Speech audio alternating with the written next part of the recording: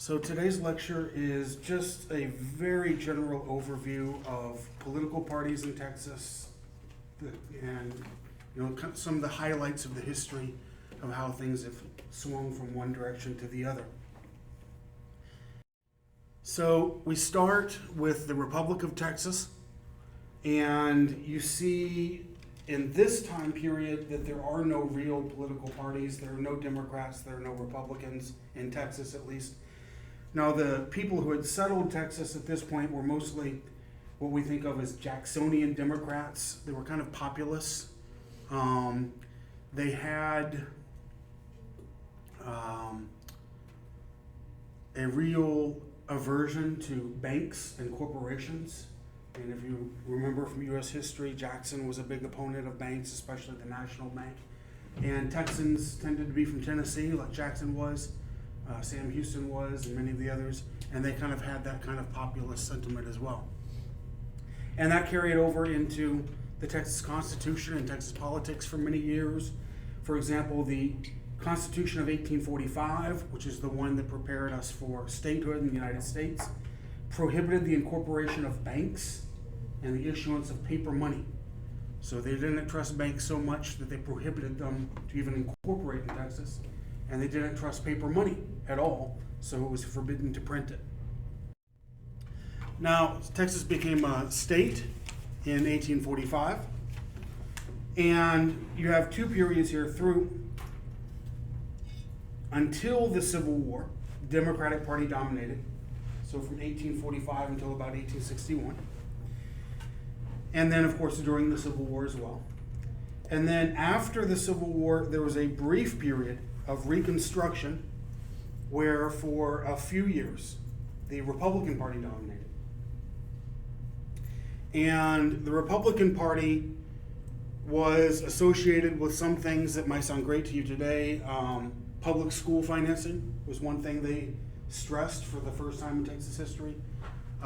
Railroad construction was seen as a big need for Texas. The Republican Party emphasized that and tried to incentivize that. Some negative things,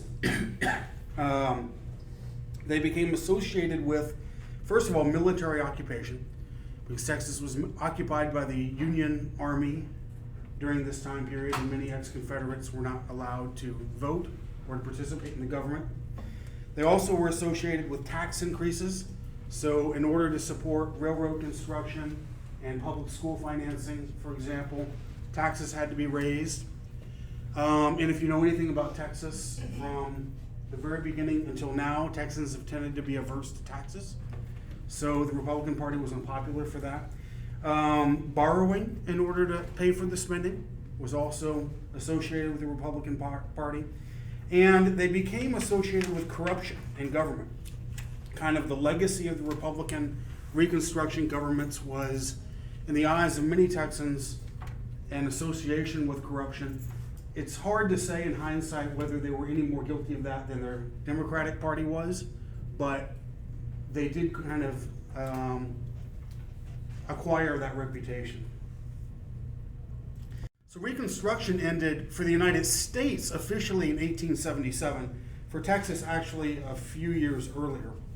But Democrats took over the Texas legislature and the governorship in 1877, and Texas would not elect another Republican governor for 101 years. And during this time, most Texans, white, black, rich, poor, etc., Hispanic for sure, most Texans identified with the Democratic Party. And the Democratic Party was kind of divided into conservative and progressive wings, or liberal wings, or whatever you want to call them. And they took turns winning power, but in order to win, you had to be some kind of a Democrat. For a while, in the late 1800s, many poor white and black Texans supported the Populist Party, which was a rival to the Democratic Party, and the Republican Party. And two things happened to solidify the Democratic Party's power in Texas. One, the Democratic Party co-opted a lot of populist ideas like support for farmers. Two, they took steps to disenfranchise black voters and poor white voters. In other words, since they couldn't be trusted to faithfully vote Democrat, better to make sure they couldn't vote at all. So you saw in the early 1900s, in 1902, you saw a poll tax, P-O-L-L. That was a tax that you had to pay in order to register to vote. And this tax discouraged a lot of poor people from voting, especially black people. And that was the point of it, right? That was the purpose. Next, you had a Democratic primary introduced in 1906. A direct primary, I should have said. And what I mean by that is you had a primary to choose who would be the Democratic Party's nominee for governor, for the state legislature, for the state judge positions, etc. And that meant two things. First, the Democratic Party could prevent blacks from voting, because for a few years that was considered legal to do up until about 1942, because the Democratic Party was a private association, right, not a government entity. Okay. Thank you. And so what they would do is they would only allow whites to vote in the primary, and then they would get the nominee that they wanted, and then it didn't matter who voted in the general election, because the Democratic nominee was always going to win. So for many years in Texas, all the way up until the 1960s and the 1970s, the primary was the competitive election. In other words, if you wanted to be governor of Texas, you had to win the Democratic primary, because whoever won that primary was going to win the general election.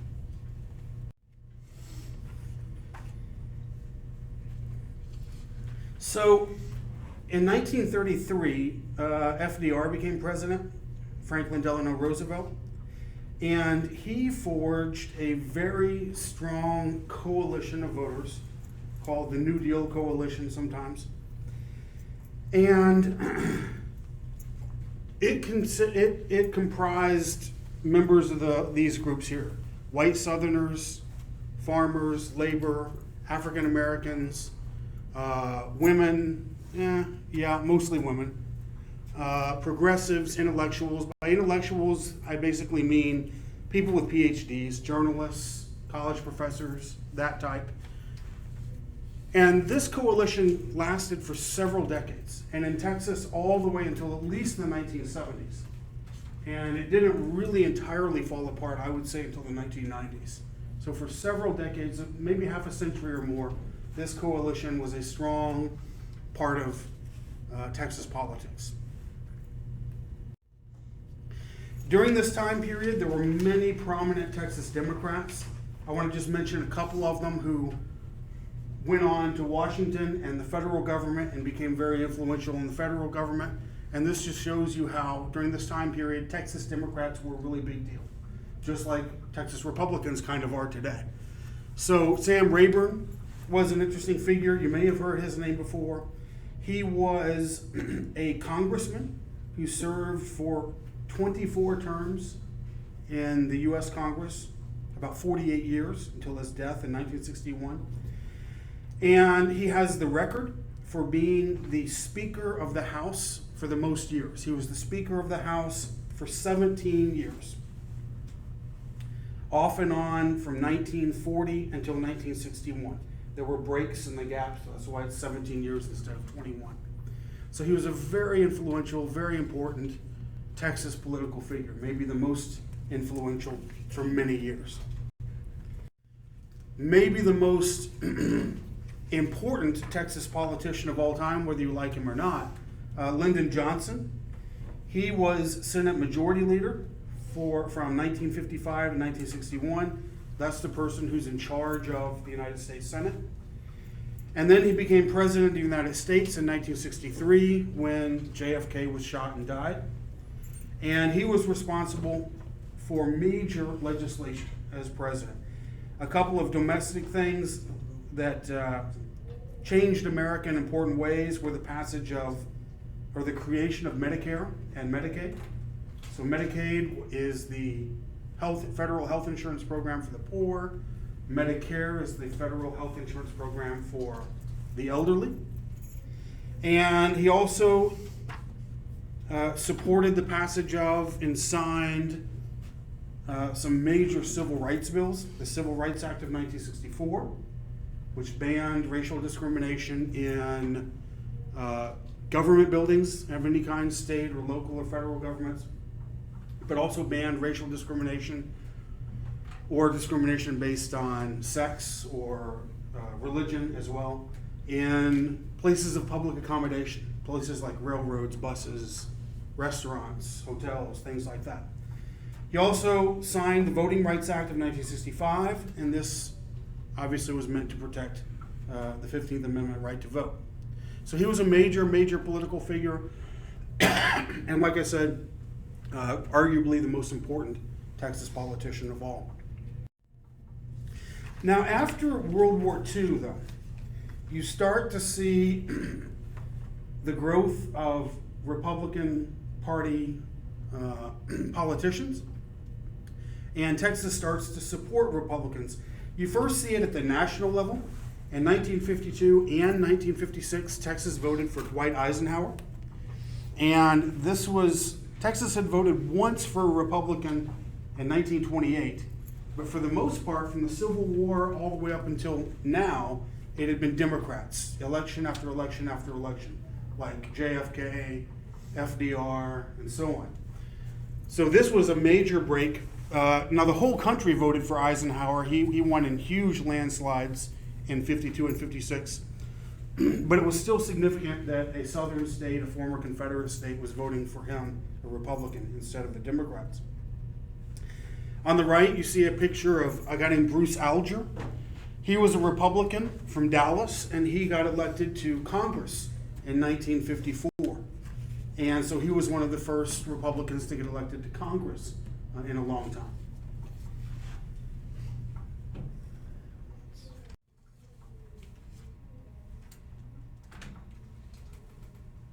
Can you say what you just said again?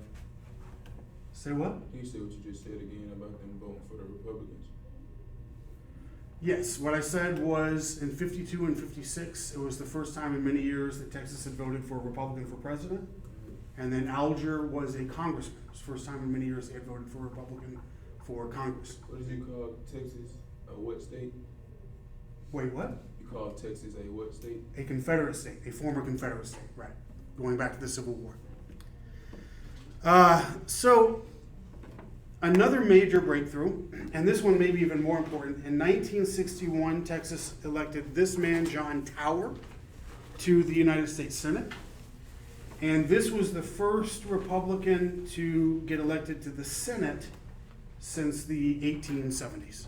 So almost 100 years. And he got reelected in very close elections. He got reelected, I think, 3 more times and finally retired from the Senate around 1984. But he managed to hold on to the job. Now, the Democratic Party continued to dominate state elections and local elections. So most members of the state legislature were Democrats, and the governor continued to be Democrat until 1978. William Clements was an oil businessman who became a millionaire, or maybe a billionaire, I can't remember. And he ran for governor in 1978, and he became the first Republican to be elected governor in over 100 years. During the 1970s, an interesting phenomenon was happening. The Democratic Party was moving to the left in Texas and nationwide. I would say starting in the late 60s, but then throughout the 70s and really maybe even all the way up to the present day. And as the Democratic Party moved left in Texas, you saw a process where conservative Democrats left the party and became Republicans. And that left the remaining Democratic Party even more liberal. How do you do that? How do you do that? Yeah. Oh, you can change parties anytime you want. You just say, I don't want to be a Republican anymore, or I don't want to be a Democrat. You change your belief? Well, that depends. Most of them said they hadn't changed their beliefs, that the party had changed without them, right? They said that the party had become more liberal than they wanted to be, and so now they were moving to the other party because it fit their beliefs better, is what most of them said. So guys like Rick Perry. Rick Perry is probably the one you are most likely to know. He was the governor of Texas for about 15 years. He started off his career as a Democrat. And then in the mid-'80s, he's one of those Democrats who said, the party's too liberal for me now, and he went and became a Republican, and then went on to become governor. At the national level, the election of Ronald Reagan in 1980 was a real turning point for Texas. Texas had voted for Jimmy Carter in 1976. That was the last time Texas ever voted for a Democrat for president. In 1980, Texas voted for Reagan, and it's been Republicans ever since. There was some talk about 2000 being a chance for the Democrats to win, but they lost by about 5 points, which is still a fairly safe Republican victory. So it's been 42 years now of Republican dominance, at least in the presidential elections in Texas. Now, a lot of the Texans and a lot of people nationwide who voted for Reagan were people who we called Reagan Democrats. In other words, they were people who identified with the Democratic Party most of their lives, and maybe even were members of the Democratic Party, but Reagan appealed to them so much that they voted for him anyway. And so that became a kind of popular term for these people who crossed over and voted for him. And there were many such people in Texas and around the country. Now, until 1994, Texas still seemed like a fairly Democratic-friendly state. The state had only voted for one Republican governor and 2 Republican senators in over 100 years. It had voted twice for Eisenhower and twice for Reagan, but at the state level, the legislature was solidly Democrat, the House and the Senate, and most of the state politicians were Democrats. But 1994, the last governor who was a Democrat was Ann Richards in 1990. I should have showed you a picture of her. She was a very popular politician for many years. So she was the last Democrat to win the governorship. The last Democrat to win any statewide office in Texas was a guy named Dan Morales, and he was elected Attorney General in 1994. He was a very well-known political figure back then in the 1990s. He's kind of forgotten about now. But that was the last time a Democratic won a statewide election. It's been nothing but Republicans ever since in the last 28 years. And the turning point could be marked with the election of George W. Bush in 1994. It was an upset. Most nationwide pundits expected her to win, but he won in a sort of close election. I think he won by 4 or 5 points. It wasn't a landslide. But then he won re-election in 1998 in a landslide, totally lopsided. And then, of course, he went on to become president of the United States. And in the early 2000s, the Republicans took over the state, took over the party. In 2002, the Republican Party took over the Texas legislature. And that was the first time, like I said, well over 100 years, the Republicans had run the legislature. There's one second. And then in 2004, they finally gained a majority in the Texas delegation to the U.S. House of Representatives. And no Democrat has had a statewide office, governor, lieutenant governor, attorney general, since 1998. You have a question? What if she would have beat him? Think she would have became president? Well, yeah, she was extremely popular nationwide. She was at least as popular as, if you follow Texas politics, Beto O'Rourke is today. Probably more popular because she actually won an election. So far, he's never won any. What's her name again? Ann Richards. So Ann yeah. Richards. So yeah, there was definitely talk about her being a future presidential candidate or something. And of course, losing in '94 ended her political career. So yeah, it's a great question. It changed Texas politics and national politics greatly. I know this is, I tried hard to make it easier to see, and it's not. But this is a chart of every governor of Texas going back to 1870. And all I want you to see, you don't have to memorize a single name on this chart. I just wanted you to see visually. Here from 1870 to 1874, that's a Republican. His name was Edmund Davis. And then after that, it's nothing but Democrats. Democrat, Democrat, Democrat, Democrat. There's a woman, Miriam Ferguson. Texas had one of the first female governors in the country in the 1920s and 1930s. But solid Democrat, Democrat, Democrat, all the way to 1978 when William B. Clements is finally able to get elected. So you can kind of visualize the dominance of the Democratic Party for 100 years when you see that chart.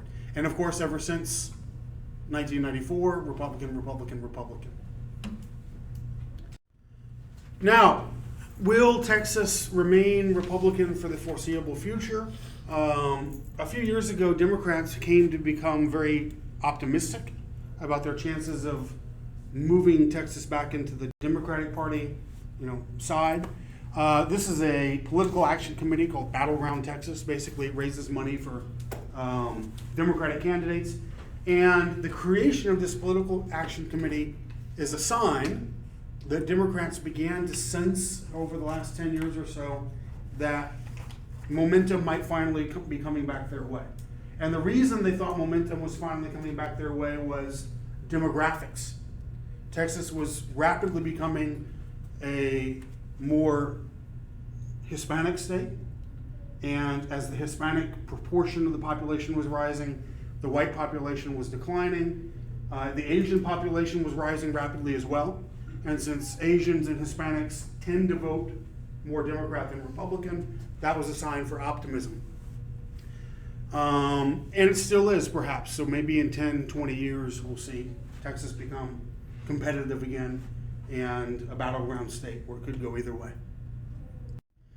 I want to show you these results of recent elections just to give you an idea of what the landscape looks like. And obviously we're coming up on some interesting elections in November. So you'll get a chance to see how competitive the Democrats are or aren't. Maybe nothing much has changed. Maybe a lot has changed. I don't know. But these are just some recent elections. I guess I'll start from the left. The last time Greg Abbott had to run for re-election was in 2018. His opponent was Lupe Valdez, a Democrat. And you can see he won really very easily. He got 55.8% of the vote. She got 42.5% of the vote. So he won by over 13%, which is not even close, right? So based on that, that was an easy re-election. Now, in 2018, though, same year, there was a very close election for the United States Senate. Ted Cruz ran against Beto O'Rourke, who was one of the more popular Democratic candidates recently. He got tons of money from sources outside of Texas, California, people who really wanted to see him win. And it was close. It was less than 2 points difference. Ted Cruz got 50.9% of the vote, and O'Rourke got 48.3%. I said less than 2, I was wrong. It was 2.6%, which is 2.6% is very close by Texas standards, where the Republicans were used to winning by 5 to 10%.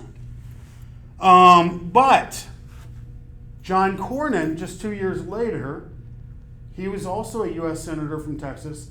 He's running for election in 2020, and he defeated M.J. Hager very easily. He got 53.5% of the vote. She got 43.9%, so he won by over 9%. So the margins were back to being kind of lopsided again. So what that tells you possibly is that the Cruz-O'Rourke election was a little bit of an outlier. He was an unusually weak Republican candidate facing an unusually strong Democratic Party candidate, and he still managed to win. And what that tells you is Texas is still comfortably Republican, at least for the time being. Same thing here on the far right.